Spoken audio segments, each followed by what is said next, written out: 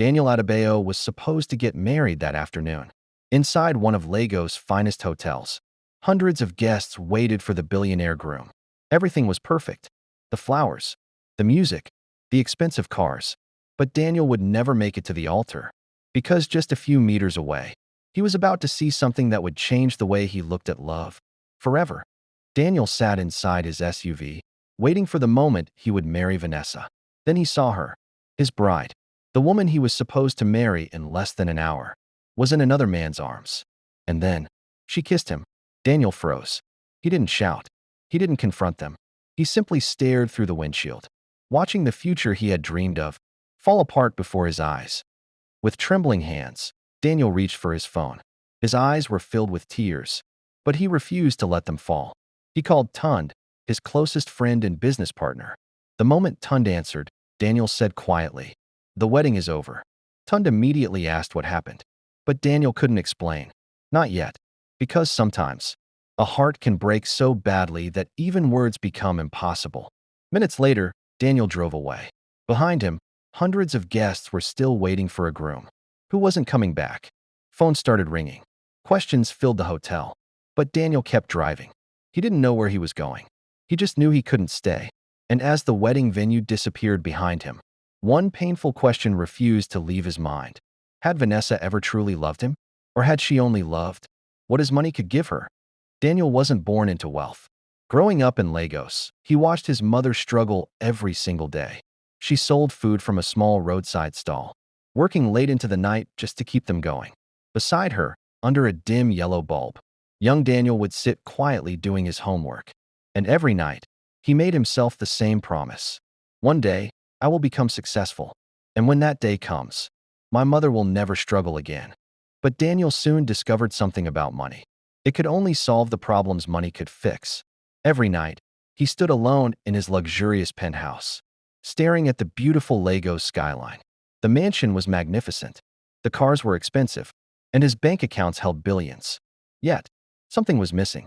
Daniel had mastered the art of building an empire, but he had never learned how to build trust.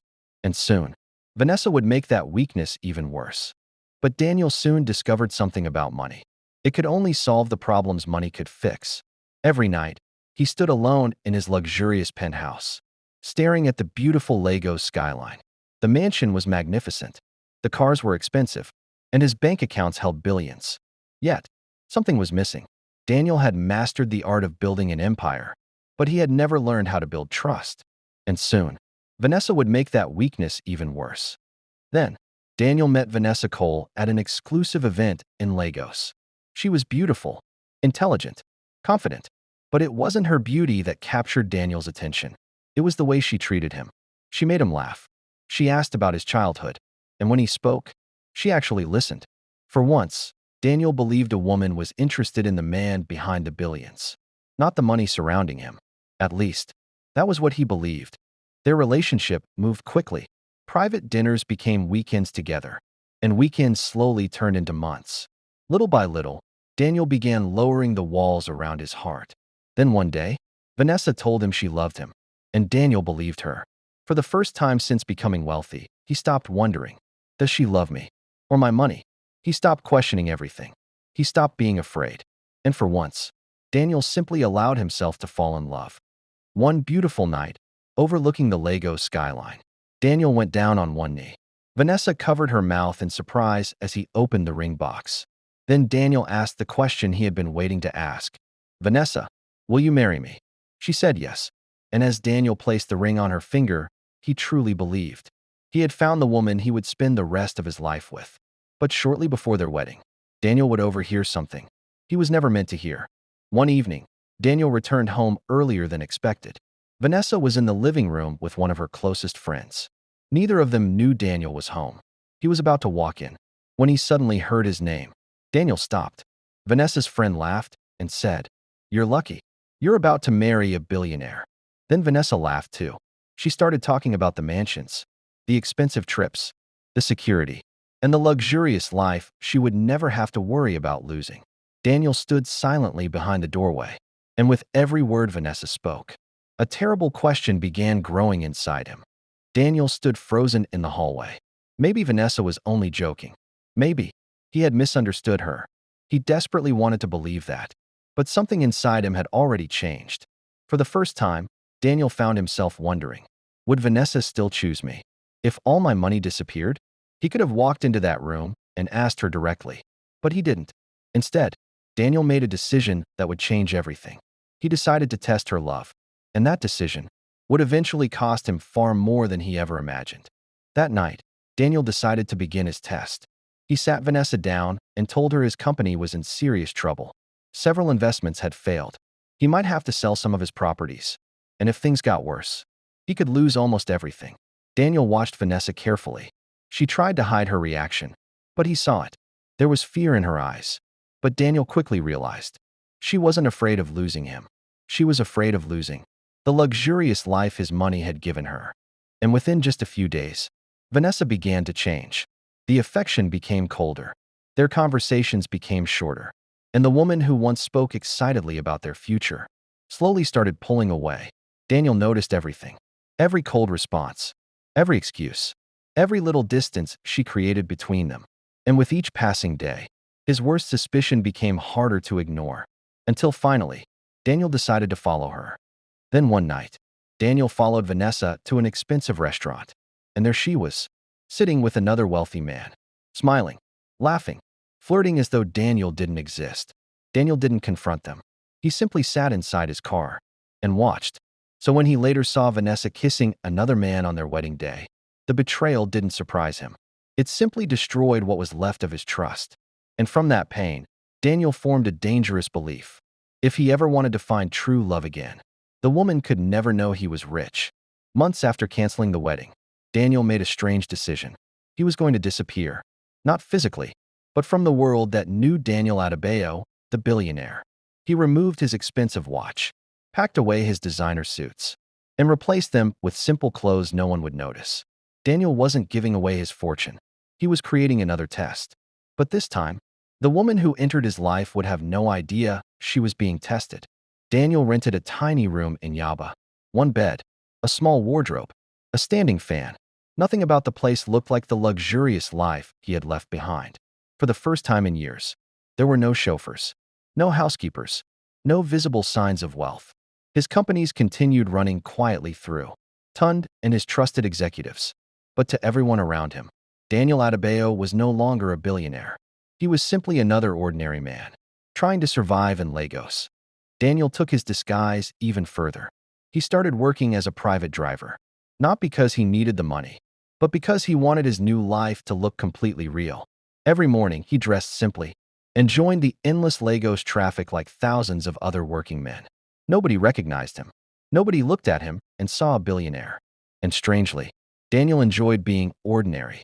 But one rainy evening after work, Daniel became hungry, and that hunger would lead him to a small restaurant, and to a woman who would change his life forever. But Tund hated Daniel's plan. Again and again, he warned his friend, "You cannot build something real by starting with a lie." Daniel refused to listen. After what Vanessa had done, he believed hiding his wealth was the only way to protect his heart. But Tund saw something Daniel couldn't. There was a difference between being careful and secretly forcing someone to prove their love. Daniel ignored the warning. But soon, he would learn exactly what Tund meant. Then one rainy evening, Daniel walked into a small restaurant in Yaba. He was tired, soaked from the rain, and genuinely hungry. Behind the counter stood the owner. Her name was Nneka. To Daniel, she was simply a stranger serving food on a rainy night. But he didn't know it yet. The woman standing behind that counter was about to challenge everything he believed about love, money, and trust. Daniel ordered a meal, but when he reached into his pocket, the little cash he had brought wasn't enough. Embarrassed, he looked at Nneka. "I'm sorry, I can't afford all of this." He started reducing his order, but Nneka said nothing. She simply packed the full meal and pushed it toward him. Daniel quickly shook his head. "I can't pay for all that." Nneka looked at him calmly, and what she said next, Daniel would never forget. Daniel promised he would return with the balance. Then he looked at Nneka, confused. "You don't even know me." Nneka simply smiled. Then she said, "Hunger doesn't need an introduction." Those words stayed with Daniel. There was no camera watching her, no rich customer she was trying to impress. As far as Nneka knew, Daniel was just a struggling driver who couldn't afford his dinner. Yet she helped him anyway. And for the first time in a long while, Daniel wondered if genuine kindness still existed. The following evening, Daniel returned to the restaurant. Nneka looked surprised as he placed the money he owed on the counter. "You actually came back?" Daniel smiled. "I told you I would." It was a simple moment, but something between them had changed. After that, Daniel started visiting the restaurant more often. At first, he told himself, it was because he liked the food. But as the days passed, even Daniel stopped believing that excuse. He was coming back because of Nneka. Soon, Daniel started staying after closing. Sometimes, he helped Nneka move the chairs while she cleaned.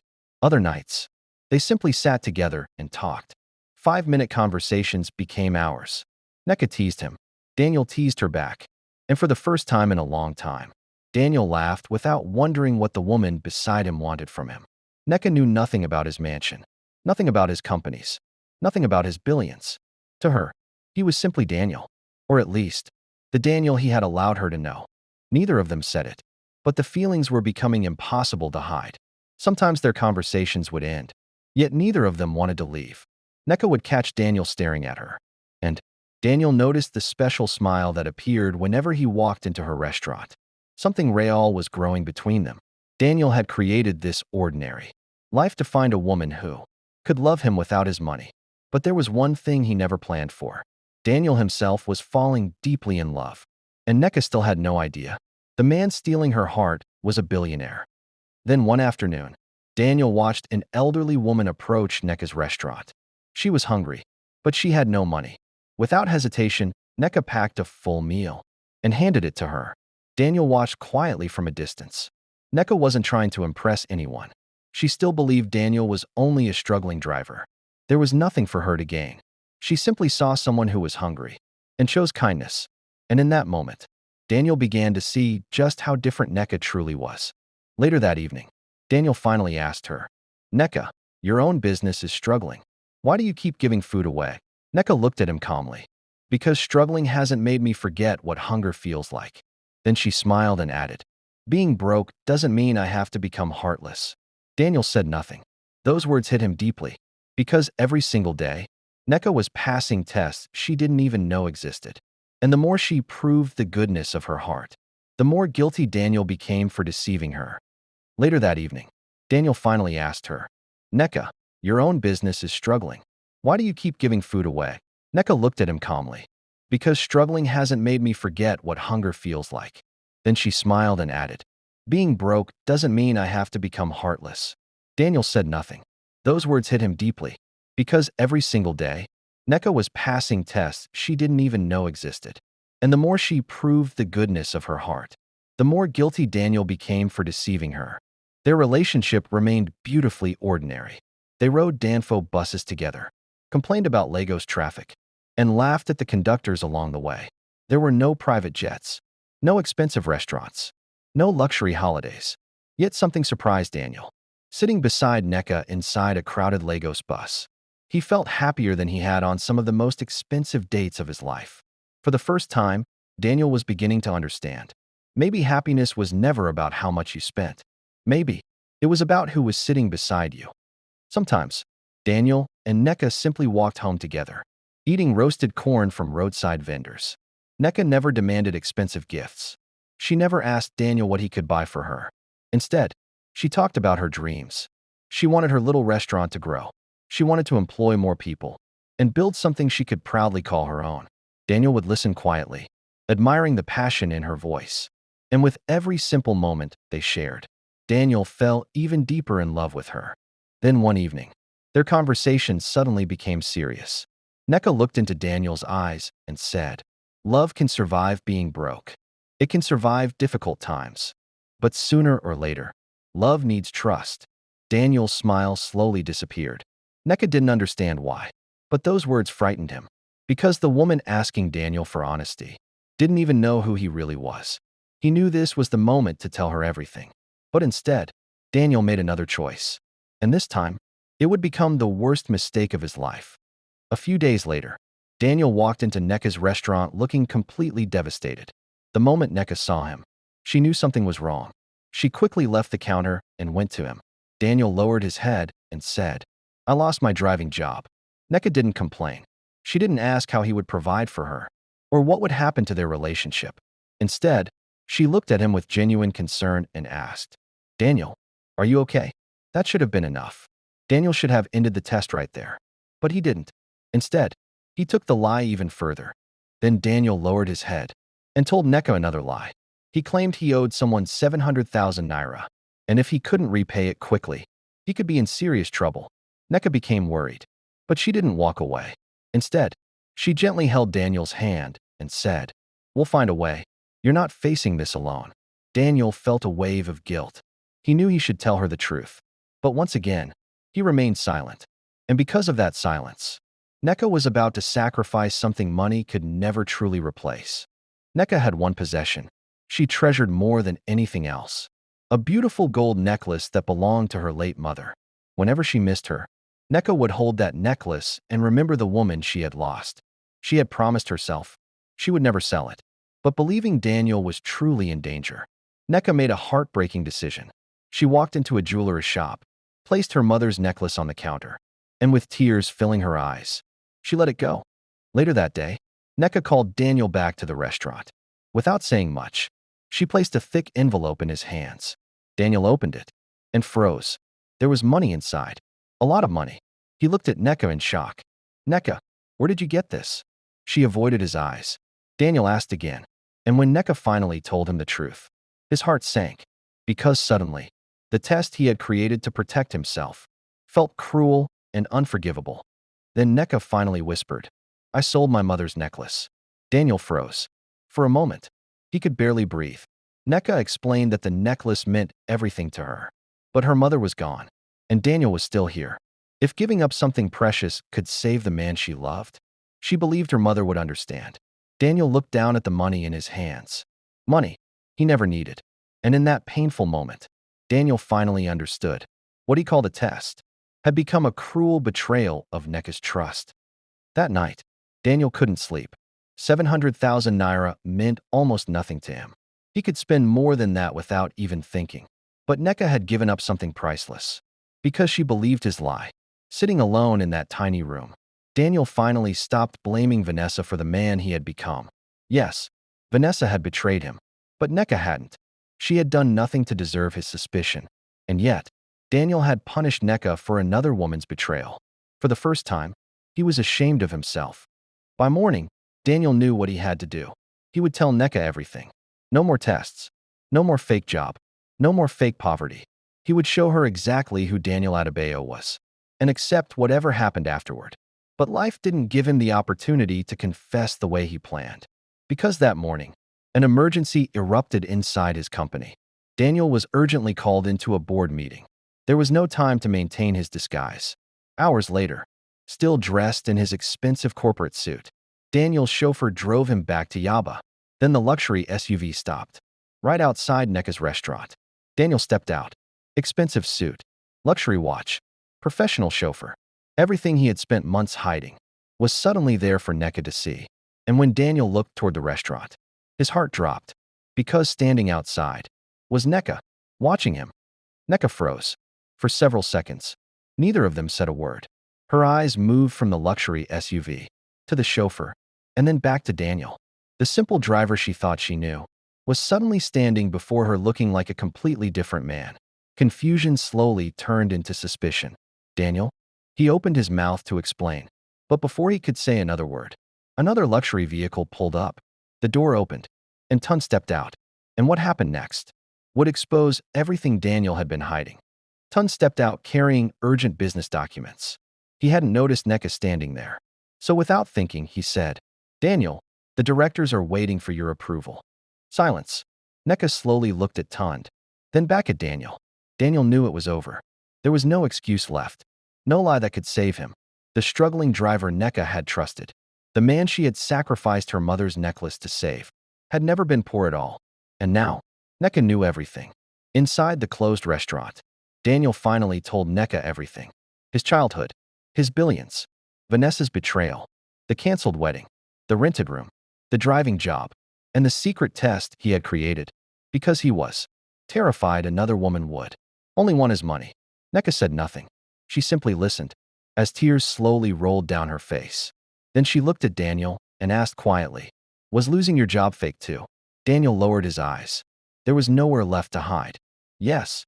And then Nneka asked the one question Daniel was terrified to answer. Nneka's voice began to shake.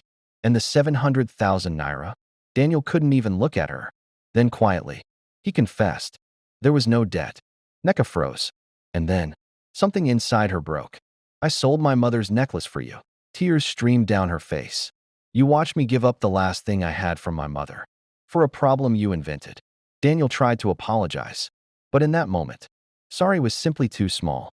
Then Nneka looked at Daniel through her tears and said something he would never forget. "I'm not angry because you're rich." She wiped her face. "I'm angry because you made me prove that I deserved you, while you lied to me every single day." Daniel had no answer. Nneka turned away and closed the restaurant door between them.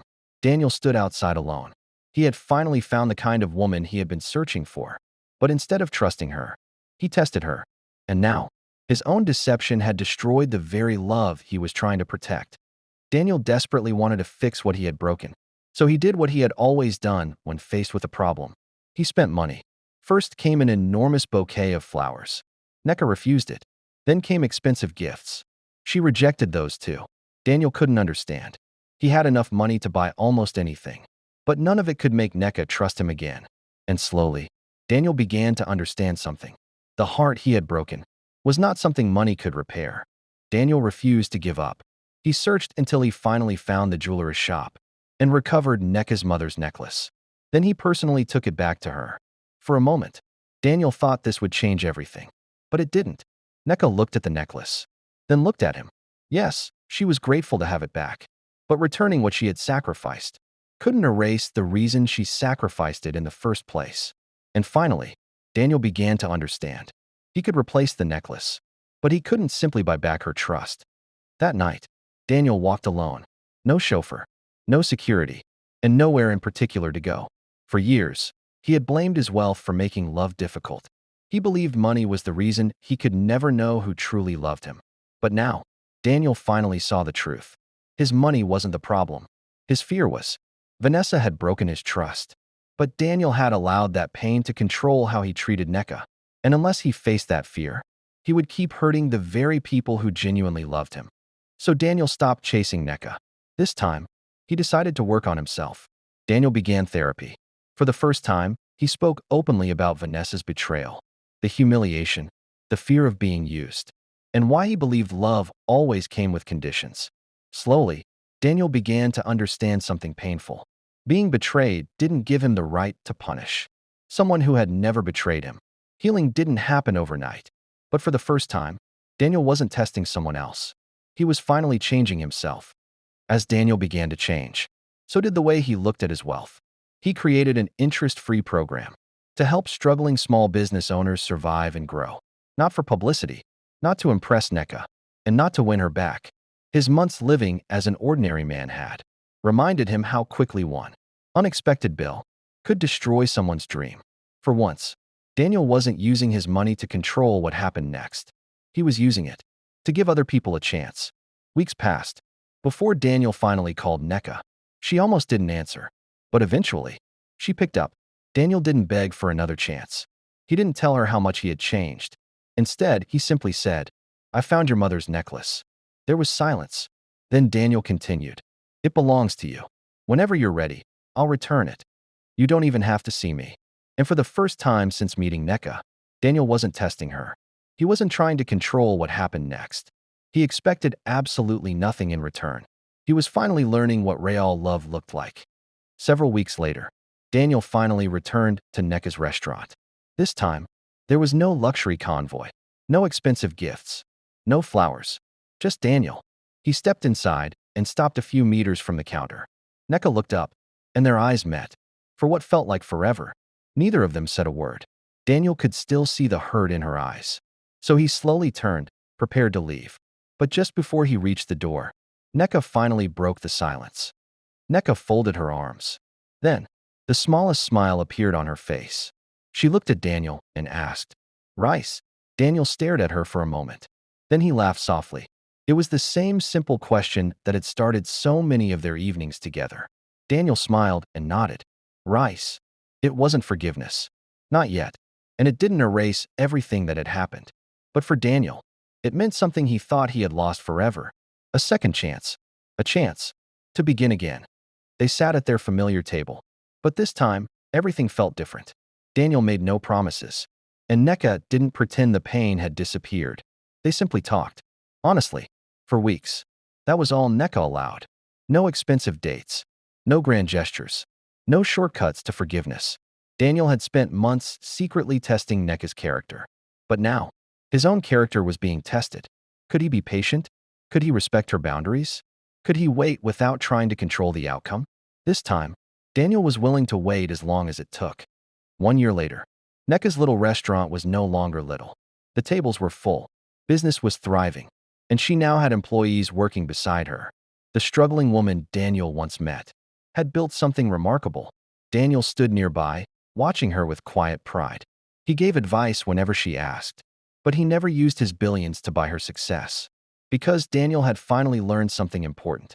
Loving Nneka didn't mean controlling her future. It meant believing in her, supporting her, and allowing her to build something she could proudly call her own.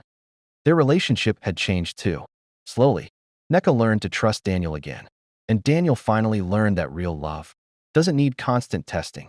One evening, they found themselves walking along the same Lagos roadside, where they had once shared roasted corn. Back then, Nneka was a struggling restaurant owner, and Daniel was pretending to be a broke driver. Now, there were no secrets between them. Everything had changed. And yet somehow, the laughter, the simple moments, and the love between them felt exactly the same. Then Daniel stopped beside the roadside stall. He turned and looked deeply into Nneka's eyes. For years, I kept asking myself, can I trust a woman with my heart? Daniel paused. Then he said quietly, but I never stopped to ask if I had become a man worthy of hers. Nneka's eyes slowly filled with tears. Daniel smiled, and before she could say anything, he reached into his pocket. Because this time, Daniel wasn't about to test her love. He was about to ask for it. Then, Daniel slowly went down on one knee. There were no thousands of flowers, no luxury rooftop, no photographers waiting nearby, just Daniel, Nneka, and the humble Lagos roadside where some of their happiest memories had begun. Daniel opened the ring box, looked into Nneka's eyes and said, Nneka Obi, I don't want to test your love anymore. I want to trust you, and I want to spend the rest of my life earning your trust too. He took a breath, then asked, will you marry me? Nneka covered her mouth as tears filled her eyes. For a moment, Daniel waited. Then slowly, Nneka extended her hand toward him and whispered, yes. Daniel smiled, not because a woman had finally passed his test, but because the woman he loved had chosen to forgive him. He gently slipped the ring onto her finger. This time, there were no lies, no tests, no hidden identity, just two people, finally choosing to trust each other. Daniel stood up and gently pulled Nneka into his arms. Around them, Lagos continued moving. Cars passed by. People hurried home. Roadside vendors continued their evening business. There were no expensive decorations, no luxury ballroom, nothing extravagant at all. And Daniel wouldn't have changed a single thing, because after spending years surrounded by wealth, he finally understood something. The richest moments in life aren't always the ones money can buy. And one of the richest moments of Daniel's life happened beside a simple roadside food stall with the woman he truly loved. Months later, Daniel and Nneka still loved sitting outside her restaurant, watching another Lagos evening pass by. Daniel was still a billionaire, and Nneka was still the same independent woman who once fed a stranger who couldn't afford his dinner. But money was no longer at the center of their story. Trust was. Daniel once believed money was the greatest test of love, but Nneka taught him something far more important. Love isn't proven by how much someone is willing to suffer for you. And trust isn't built by secretly testing someone's heart. Because sometimes, the person you're busy testing isn't the person with the problem. Sometimes, the person who needs to change is you. Daniel pretended to be poor because one woman had betrayed his heart. But in trying to protect himself, he nearly destroyed something genuine with another. Yes, Nneka proved she could love him without his billions. But Daniel learned an even greater lesson. Past heartbreak may explain why we're afraid, but it doesn't give us the right to hurt someone. who never hurt us. So now, I want to hear from you. Was Daniel right to hide his wealth after what Vanessa did? Or did he go too far when his test caused Nneka to sell her late mother's necklace? And if you were Nneka, would you have forgiven Daniel and married him? Tell me in the comments. And if this story touched your heart, like this video, subscribe, and turn on notifications for more powerful stories of love, betrayal, sacrifice, and second chances.